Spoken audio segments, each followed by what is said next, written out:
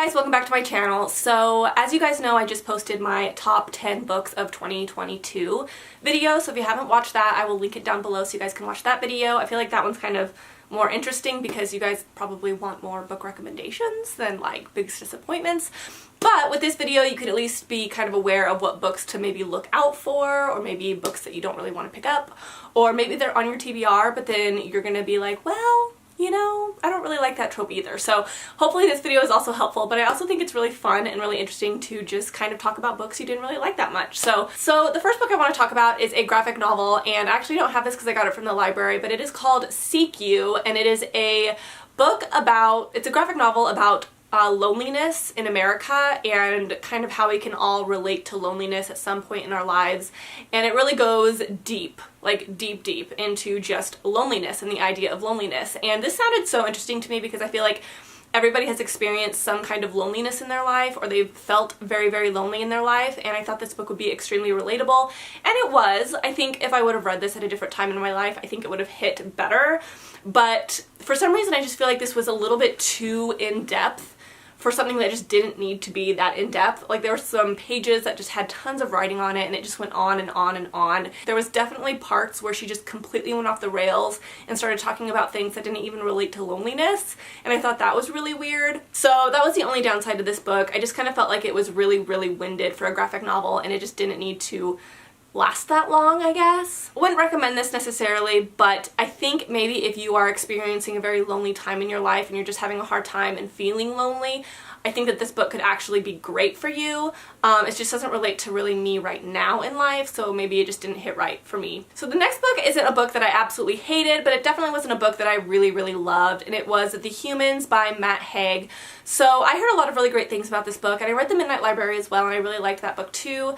But this book, for some reason, just felt very long-winded. I kind of was listening to it on my audiobook, and I was just like, when's this going to be over? Like, I feel like this is just going on and on and on. And I did like the premise, I kind of like the idea and kind of the overall, like, moral of the story or whatever, but it just seemed to be really long for what it was, and I kind of felt like by the end I was kind of ready for the book to be over, which is never a good feeling, if you know what I mean.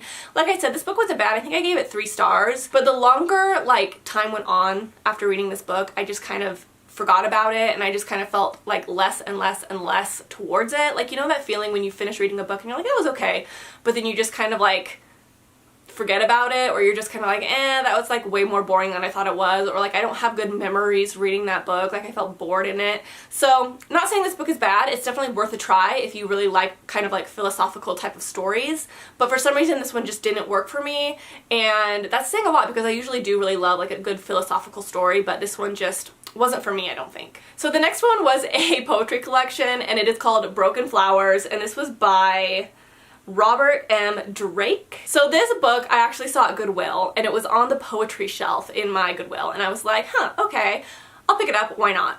And, you know, I started reading it and I was like, this isn't that bad. Like, it's not horrible. But this book was really, really thick for like a poetry collection.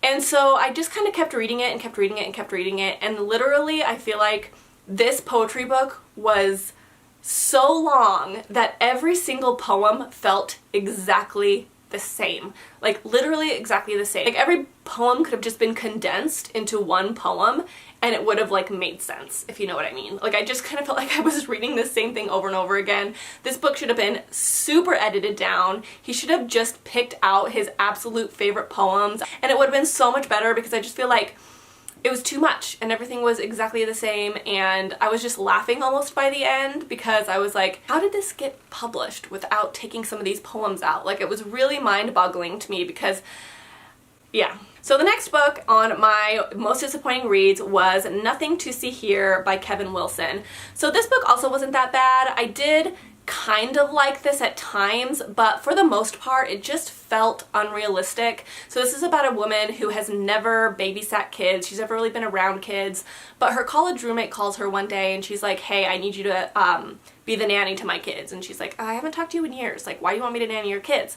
And it comes out that these kids spontaneously combust when they get irritated or angry. They just like blow up in flames, and she needs to nanny them, basically.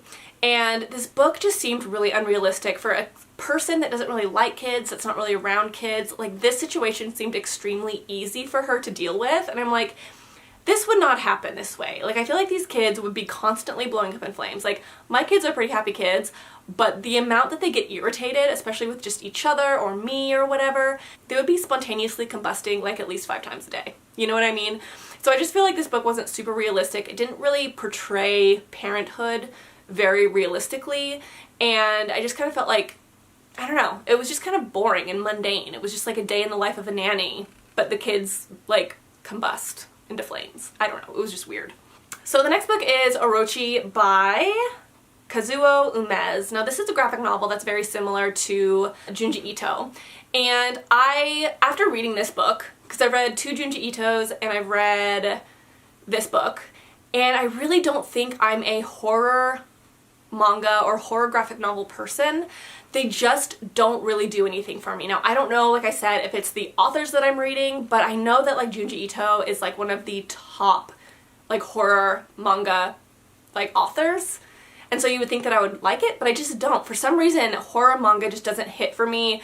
I feel like we don't go deep enough into the story, I think. There's not enough like build up to the like scary stuff, and it feels very shallow, and I think that that's why horror manga just doesn't work for me.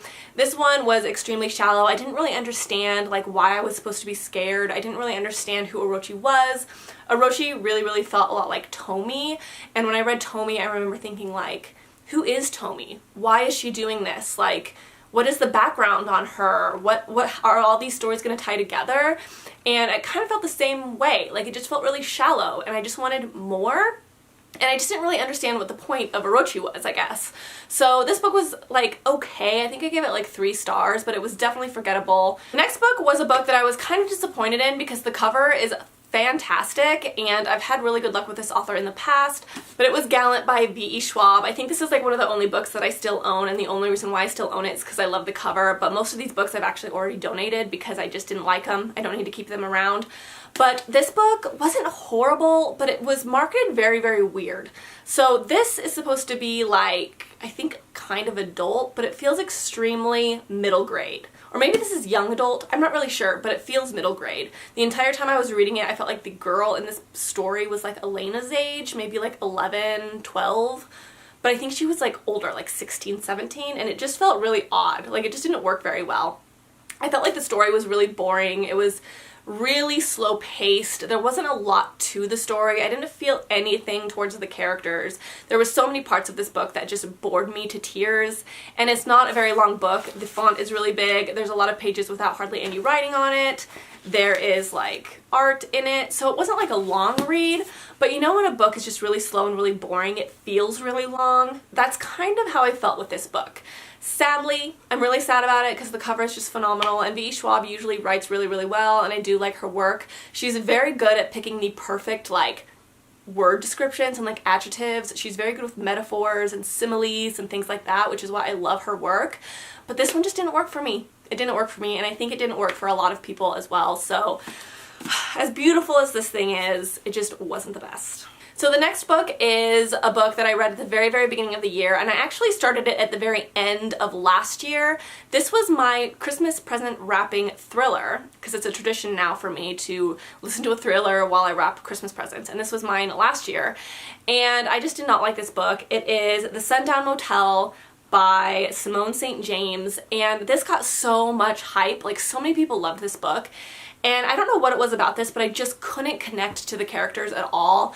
I felt like I was like missing something, and I don't know if it's because it took me so long to listen to this book on audio that I started to like forget what was happening in the story, and a lot of the characters were like not sticking. Like, I'm like, wait, who is this character? Who is this character? Who is this detective? Like, I'm so confused. Plus, it was like 2 different timelines, which I think confused me even more because there were characters from this timeline and then characters from this timeline, and I started getting really confused between the 2 timelines. And I don't know, this book just didn't do it for me. I don't usually like 2 timelines in a story because it just throws me off. Like, usually I really like one timeline better and I'm more interested in it, and so then we go to another timeline and I'm like, like we have to go back to this one, I don't want to go to this one. You know what I mean? Like, it's kind of like the multiple perspective thing where you like one character more than another, so when you have to read from the character you don't like, you're just like, So I kind of feel like I had that experience with this and the multiple timelines. I remember the ending being kind of interesting, but it definitely wasn't anything that I was like blown away by. Yeah, I just don't remember this book very well. Like, it feels like a fever dream reading it. Like, I don't remember reading it hardly at all, and I was just confused, I think, most of the time. I don't know, for some reason this book just did not work for me, but I know that it worked for a lot of other people, so don't just take my word for it, because a lot of people liked it. So the next book that was a huge disappointment for me was a book I read, like, earlier this year, I think like January, February, I think January actually, and it was The Queen of Hearts, and this is a YA book by Colleen Oakes, and I've always wanted to read this because I always thought the cover was really beautiful, and I still think the cover is really beautiful. It kind of has like a dark gothic look to it, and it's just really pretty, and I love Alice in Wonderland, and so I was like, I'm just gonna try this out. And I wouldn't say this book is bad. I think she did a good job at creating a setting that was really well done, and I think some of the characters were really, really interesting, like the way she wrote the characters. But this book didn't have a lot of a plot. It really felt like a book just setting up for like another series. Like, it almost felt like a prologue, but just like a really long prologue, if that makes sense. And it was just weird. Like, it ended on a like kind of cliffhanger, but it wasn't like a good cliffhanger because nothing really got resolved. Nothing really happened. So it just kind of felt like a pointless book. It was kind of just pointless, I guess. And also the main character was so irritating. It's the Queen of Hearts, but it's like her backstory. But she was really whiny, really like emotional about everything, and she was very clueless. Like, the guy that she had this huge crush on in this book, like, didn't really like her like that, but she was like so oblivious to it, and it was just irritating the entire time. This book just did nothing for me. I really, really didn't like it. I gave it 2 stars, I think, and it felt like kind of a waste of time after I got done reading it. So my 2 least favorite books of the year are on my unhaul shelf. I'm actually going to unhaul these because I just don't need them on my shelf. I really didn't like these books, and I think the reason why these are my most disliked books of the year is because they're my most disappointing. They're the books that I had the most like high hopes for. Like, I really thought I was gonna love these. They were gonna be like 5-star reads, and I was so excited for both of these, and they just failed me so badly, and I think that's why these are my 2 like least favorite, is because I was just so disappointed. So the first one is The American Roommate Experiment. And this is the second book in the Spanish Love Deception duology. It might be a trilogy. I would think that it would be a trilogy because there's a plotline in this book with her brother that literally is so random. It has no connection to the story whatsoever. It's like this weird side story that if you literally took it out of the book completely, like, it wouldn't affect the story whatsoever. And the entire time I was just laughing because I was like, what is the point of that? Like, why did you put that in there? It literally doesn't even connect to the story at all. It was so funny, but I think the reason why she did is because she probably plans to write him and the girl that he likes in the next book. Like, she was trying to set up for like another book. I don't know, but it was just really weird. But this book was so boring, you guys. I was so bored reading this. Like, it wasn't even necessarily, I know a lot of people say that it was cheesy, like the dialogue was really cheesy and stuff. I honestly didn't really notice that all that much. I don't really catch on to like the cheesy dialogue so much, especially in like romances, because most romances are pretty cheesy, if I'm being honest. So that's not something that ever really bothers me. I know it bothered a lot of people though, but for me it was more so just the fact that it was boring. Like, I was so bored and it felt like it was going so slow. I didn't care about this couple at all. And it's so weird to me how sometimes you just don't connect to a couple and you're just like, why do I not feel any feelings for these 2 people? Like, they just aren't connecting for me, and I wasn't like rooting for them hardcore, and it just didn't do anything for me. And it's one of those books, I'm gonna be honest, and this happened to me with Christina Lauren. I used to love Christina Lauren, and then I read one bad book by them, and all of a sudden I didn't want to read them ever again. Like, I was that disappointed in that one single book that I was just like turned off from them as authors. I feel like this book did that for me because I loved Spanish Love Deception, and then this one like turned me off from Elena Armas in the future, and I feel like I don't know if I'm going to read any more books by her because I was that disappointed. So I don't know. And plus Elena Armas's books are really long, and I don't like really long romances. I just don't think it's necessary a lot of times, and maybe it's because they're unnecessarily long for her plot lines, if that makes sense. Like, her plot lines aren't all that, like, they're very simple, and so they don't need to be that long. You know what I mean? So I feel like if this was shortened down quite a bit, it might have been better. I might have cared a little bit more, but I think by the like 3/4 of the way in, I was just like, oh my god, I just want to fall asleep. But I was so far in anyways, like I just had to finish it because I'm stubborn. So this was a 2-star read. Didn't really like it that much. Wasn't really interested in the characters. The next book is probably one of my biggest disappointments. I can't really decide. I feel like this one and The American Roommate Experiment ties for my least favorite. But this one might be second because I was kind of interested in the end at least a little bit, because this was more of like a mystery where you were kind of trying to figure out like what happened, and so that kind of pushes you along in the story. But it's The Spells for Forgetting by Adrienne Young. This book I was so excited for because I thought it was going to be like this dark, gloomy, like coastal fall read, but with like a really good romance. Like that's what I was expecting because that's kind of how it was marketed. But this is definitely more of like a mystery, and the romance is like non-existent. Like you never see them talk with each other, you never see them interact. Like there's supposed to be this tension, but there's literally no tension because they don't even talk to each other, and they don't talk until like 3/4 of the way in, and then you're expected to like care about them, but you like really don't care about them really. So I was really disappointed in that. Like there was nothing pushing this story forward. There was so much repeated dialogue between characters. Like the main character kept going to like different people in her town and having like the same conversations with everybody. It was so repetitive. So many aspects of this book felt so repetitive. Like I just didn't care. It was like, I already know, like that's how you feel. You've already said it like 17 times that that is how you feel. Like you don't need to repeat it, you know what I mean? So this book was really good in how the setting was created. Like this is a very vivid setting in my mind, and I think that that's where she went wrong. She focused so much on the setting because she really wanted to make like a fall read. That was her goal, but she went too hard on the setting and the description, and it is vivid, but it took completely away from the story. So this book was so boring. I was so excited to get done with it, and I think I gave this book 2 stars, and I was super disappointed with it. And it's such a pretty cover too. Like it's beautiful, and I thought it was gonna be like maybe The Wicked Deep or something, but it definitely wasn't a fan of this at all. So that is it for my top 10 most disappointing reads of 2022. Let me know in the comments below what your top 3 most disappointing reads were. I'd be very curious. And I think that is it, guys. So I will see you guys in my next video. I'm really excited to film my next one. It is going to be a Cara Awards. Cara's Book Awards, where I give awards to different books that I read this year in different categories, like Best Couple, Best Writing Style, Best New Author, or whatever, you know. So that's gonna be really fun, and I was gonna do a ranking video because I really do like watching those ranking videos, but I don't know how to like film those. It seems very complicated, and I don't know if I have it in me to like figure it out. So anyways, you guys, that is it, and I will see you guys in my next video, and I will talk to you guys soon.